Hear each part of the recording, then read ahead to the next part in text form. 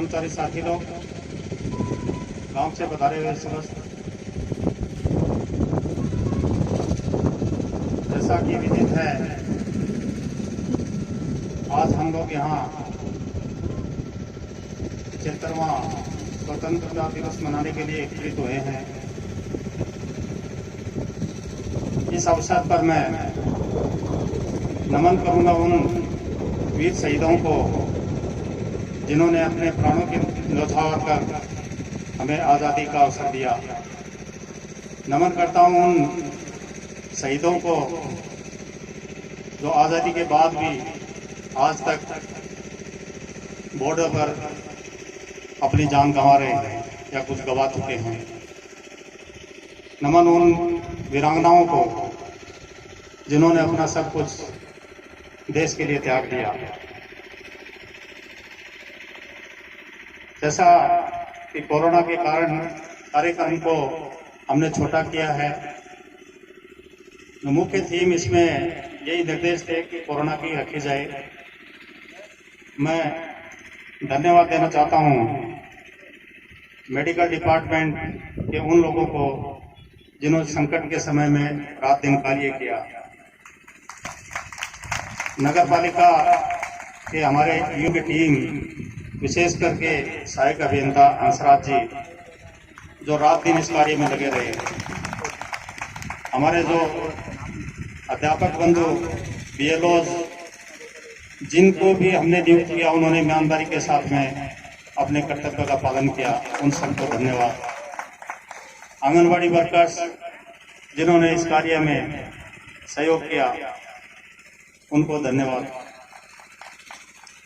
अन्य लोग क्या, हमारे संदीप जी भाई और उनकी टीम को धन्यवाद देता हूं जिन्होंने वैक्सीनेशन में काफ़ी सहयोग किया और अभी भी वो कर रहे हैं। इसके अलावा डायरेक्ट इनडायरेक्ट जिन भी लोगों ने सहयोग किया, उन सबको मैं धन्यवाद देता हूं और आम जन से अपेक्षा करता हूं कि आने वाले समय में जो टीकाकरण कार्यक्रम चले उसमें आप ईमानदारी से अपना कर्तव्य निभाएं, लोगों को टीकाकरण केंद्र तक लाएं, नहीं तो तीसरी लहर में हमें खतरा हो सकता है, परेशानी हो सकती है। जैसा कि मेडिकल डिपार्टमेंट भी इस कार्य में लगा हुआ है, क्योंकि इनके पास मैन पावर की कमी है, इसलिए हमें टीचर्स का, अध्यापकों का सहारा लेना पड़ता है। तो ऐसा कहीं भी आप इंतजार नहीं करें कि मेरे नाम के आदेश नहीं हैं। आदेश हम सब के नाम के हैं, हम सारे देशभक्त हैं, देश के लिए कर रहे हैं और ये बहुत बड़ा पुण्य का काम होगा। आप लोग अगर सफल बना दें, टीकाकरण 100% हो जाए, फिर अपने को खतरा कम हो जाए। अंत में सभी को स्वतंत्रता दिवस की हार्दिक शुभकामनाएं। धन्यवाद। जय हिंद, जय भारत। श्री सत्येंद्र जी सीआई साहब, श्रीमान तहसीलदार जी साहब, जानू जी, श्रीमान भगवान सिंह जी, ईओ साहब, कृषि अधिकारी जी, मैं सबका आपका बहुत बहुत हार्दिक अभिनंदन स्वागत करता हूं। आज हमारा देश 75वां स्वतंत्रता दिवस मनाने जा रहा है। इस स्वतंत्रता दिवस पर सभी जो शहीद हुए हैं, उन सभी को मैं बार बार नमन करना चाहता हूं कि उनकी वजह से आज हम यहाँ सुरक्षित हैं। और साथ ही साथ आज मुझे इसमें कोरोना के बारे में कहा गया है, तो मैं ये थोड़ा सा कोरोना के बारे में जागरूकता का आपके सामने थोड़ा कोरोना की जो कोविड गाइडलाइन है उसके बारे में बताने की। देखो, मैंने हमेशा बातों में काम किया है, भाषण का मैंने ज़्यादा अपने एसडीएम साहब के कहने पर मैंने बातों में सारा काम तो आपका कोशिश करता हूँ कि मैं कर दूँ। कहीं भी कोई कमी रहे तो आप मेरे को बार बार जागरूक करते रहना। विदा सके आप, मुझे सब अच्छे लगे कि जो भी काम आज तक कहा किसी ने मना नहीं किया। मैं श्रीमान तहसीलदार जी साहब को बहुत बहुत धन्यवाद देना चाहता हूँ कि इन्होंने यहाँ शहर में और गांव तक, जो यहाँ चाड़वा से लेकर के लालगढ़ तक का जो इलाका लगता है, इन्होंने सारा प्रबंधन किया। और यहाँ सीआई साहब बैठे हैं अपने पास, सत्येंद्र जी, इनके जो पूरी पुलिस टीम है, ये बहुत ही साधुवाद की पात्र है कि इन्होंने पूरा लगता है अभी वैक्सीन की बहुत ज्यादा शॉर्टेज है। आप हर बार साथी मैसेज भेजते रहते हैं कि वहाँ सिर्फ 200 जोड़ छोड़ी, वहाँ 300 छोड़ी। ये सब हमारे यहाँ बस की बात नहीं है और न ही यहाँ चूरू के बस की बात है। वो जहाँ से ऊपर वैक्सीन आती है सारे जिले में डिस्ट्रीब्यूट होकर आती है और वहाँ से डिसाइड होता है कि आज लालगढ़ कितना लगना है और कातर में कितनी लगनी है डोज। कहीं 200 डोज आती है, कहीं 100 आती है। तो उन्हीं से मैं सभी आप पढ़े लिखे बहुत अच्छे साथी हो, आपस में एडजस्ट करते हो, कोई हल्ला गुल्ला नहीं हो, कोई ऐसे नहीं है। सबके लग जाए, लगेगी सबके, लेकिन थोड़ी डोज कम होती है, इसलिए है ना थोड़ा सा ध्यान से उस सब्र के साथ है। और अपने कोविड प्रोटोकॉल आजकल पालना बंद कर दी लोगों ने।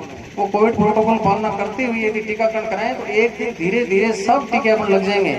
आज मैं आपको बताऊं कि जो 60 साल से ऊपर हैं वो करीब 80%, 70-80% के आसपास अपना डोज कंप्लीट कर चुके हैं। जो 45 से 60 इयर्स के बीच में है वो अपना 65% से ऊपर चल रहे हैं। और जो 18 साल से 44 साल के जो युवा हैं उनका 33% हो गया है अपना बेदासर क्षेत्र। तो अपना कम नहीं है वैक्सीनेशन में, अपना वैक्सीनेशन सही चल रहा है। अब मैं आपसे एक बहुत ही जो कोविड की जो तीसरी लहर आ रही है, वो तीसरी लहर जब तक तीसरी लहर चौथी लहर ऐसे आती रहेंगी, यदि अपन सिर्फ और पुलिस प्रशासन पर इंतजार करते रहेंगे, कब पुलिस वाले आए इस भीड़ को खदेड़ेंगे, कब ऐसे करेंगे, ऐसे जब तक इंतजार करते रहेंगे अपन तीसरी नहीं चौथी ऐसी लहरों से दबते रहेंगे। 2 साल हो गए, अपना पूरा सब कुछ चौपट कर दिया कोविड ने। जब से कोविड-19 आया, इस 19 सबके माथे पे लकीर खींच दी है 19 की। जब से ये 19 सब अपन उसी चीज में लटके पड़े हैं, कोरोना कोरोना। आज इसी 15 अगस्त को कितने धूमधाम से मनाते हैं, ये अमृत महोत्सव है। इसमें सब बच्चे कितने गायन खुशहाली से 3-3 घंटे का प्रोग्राम चलता है, जो सिमट के आधा घंटा 1 घंटे में खत्म करने के वाला हो गया। वो किसकी वजह से हुआ? सिर्फ कोविड से। क्या है कोविड? एक वायरस है जिसको अपन सब झेल रहे हैं, लेकिन एक दूसरे से आगे आगे उसकी पहल को नष्ट करने के लिए नहीं कर रहे हैं। सब उसमें कि पहले वो करेगा, पहले वो करेगा। अपन छोटी छोटी बातों पे इतना सारा भीड़ जुट जाते हैं, सिर्फ पुलिस का इंतजार करते रहते हैं। जब तक अपन पुलिस का इंतजार करेंगे, अपन खुद अपने आप पे संयम नहीं बरतेंगे, तो भाई ये कोरोना मेरे हिसाब से जाने वाला नहीं है। तीसरी लहर आएगी और तीसरी लहर को अपन रोक सकते हैं सिर्फ अपनी बहुत ही सोच समझ से। जैसे आदमी सुबह उठता है, सुबह उठ से शाम को जब तक सोता है तब तक वो कितनी बार बेवजह बाजार में घूमने चला जाता है। जो सुबह उठा कि घर पे उसको चाय बनानी है, कॉफी बनानी है, वो दूध नहीं है, वो जब दूध लाने जाता है तो सारा सामान एक साथ क्यों नहीं ले आता उसको? लेकिन बार बार जाना है। अभी दूध के लिए जाएगा, थोड़ी देर बाद में अखबार के लिए जाएगा, थोड़ी देर बाद में सब्जी लाएगा, कभी टिंडी लाएगा, कभी केला लाएगा, सारे दिन घूमता रहेगा, एक जगह नहीं बैठेगा। मतलब ऐसे जिस आदमी को घर से बाहर जाना है, उस घर में पूरे सोच बना करके एक साथ जो लाना है वो ले आए। बार बार बाजार नहीं जाए, भीड़ भाड़ इलाके में ज्यादा नहीं जाए, बाहर जाए अपने मास्क पहन के जाए। जिस किसी भी सरकारी कर्मचारी को किसी भी वजह से बाहर जाना ही होता है अपने को, तो बाहर से आते ही किसी छोटे बच्चों को गोद में ना ले, पहले आते हैं अपने हाथ साबुन पानी से हाथ धो, साबुन से हाथ धो।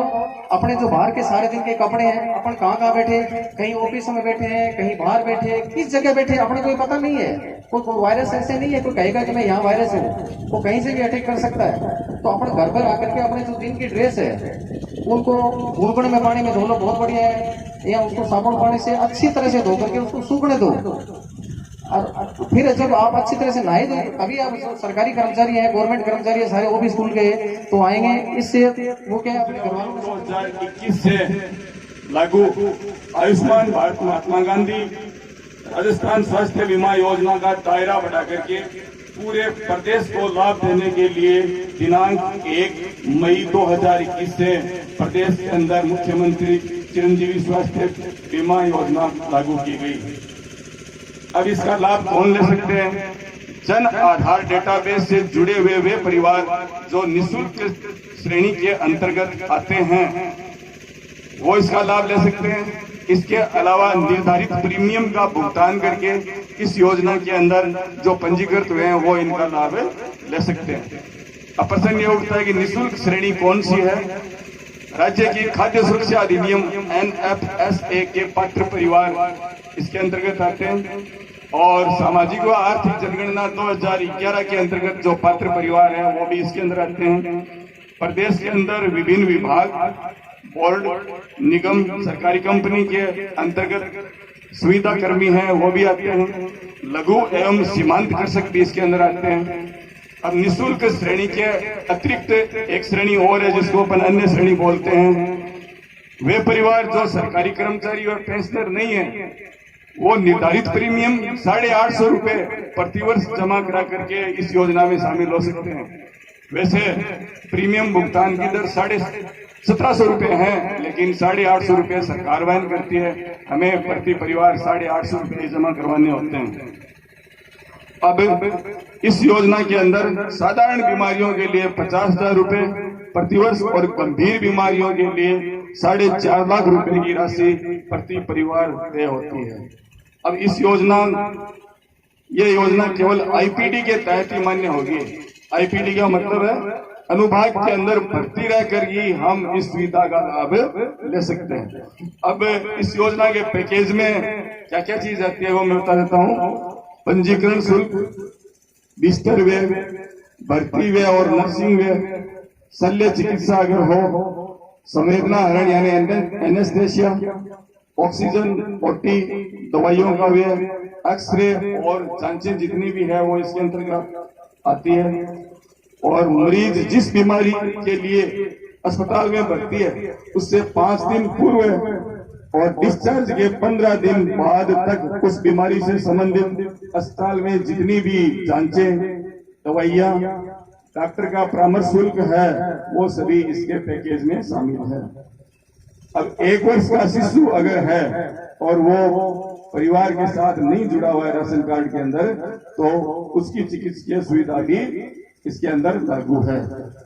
अब परिवार की क्या परिभाषा है? जन आधार कार्ड के अंदर प्रदर्शित समस्त सदस्य उस परिवार के अंदर शामिल होते हैं। और अब कुछ निजी चिकित्सालयों के अंदर भी ये सुविधा उपलब्ध है। अब वो निजी चिकित्सालय कौन से हैं वो आप health.rajasthan.government.in पर देख सकते हैं। हमारे सीआई साहब, तहसीलदार साहब, ईओ साहब भगवान सिंह जी, डॉक्टर दानिया जी और सभी हमारे पधारे हुए गणमान्य नागरिक, मीडिया के भाई, सभी हमारे पार्षद, सभी को आज स्वतंत्रता दिवस की बहुत बहुत शुभकामनाएं। मैं धन्यवाद देना चाहता हूं इन लोगों को जिन्होंने अभी डॉक्टर साहब ने बताया कि अपनी जान की परवाह नहीं करते हुए इस कोरोना काल में बढ़ चढ़ करके जो सेवा की, चाहे मेडिकल स्टाफ हो, पुलिस स्टाफ, हमारे नगर पालिका के स्टाफ या गुरुजन, सभी को बहुत बहुत धन्यवाद। जय हिंद, बहुत बहुत धन्यवाद। नेक्स्ट शिव रतन जी, जूनियर असिस्टेंट पंचायत समिति, कंप्यूटर ऑपरेटर